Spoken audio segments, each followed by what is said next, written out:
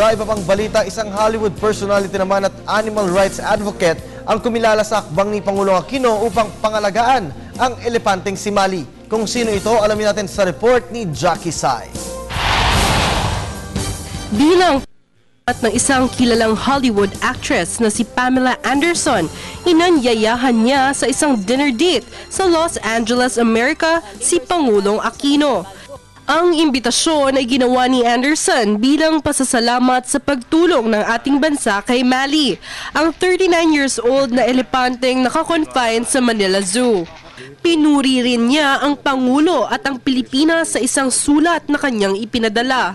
Matagal nang ikinakampanya ang paglilipat ni Mali sa natural habitat upang mabigyang lunas ang karamdaman nito.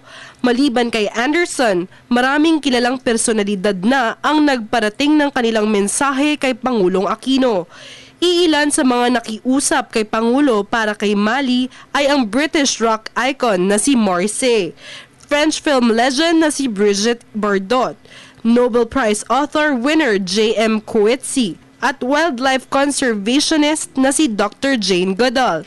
Para makatawag pansin naman, nagkaroon pa ng photoshoot ang PETA o People for Ethical Treatments of Animals na nag-feature ng top models na may hawak lamang ng placard na pantakip sa kanilang katawan.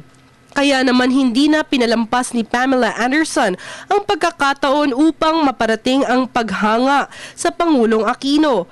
Sa kanyang ginamit na kataga ni Mahatma Gandhi na the greatness of a nation and its moral progress can be judged by the way its animals are treated.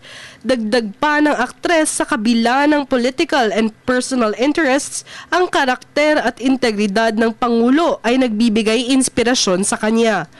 Tunay ngang mapagmahal ang Pilipino at gaya ng Pangulo, sa daang matuwid, uunlad ang bansa.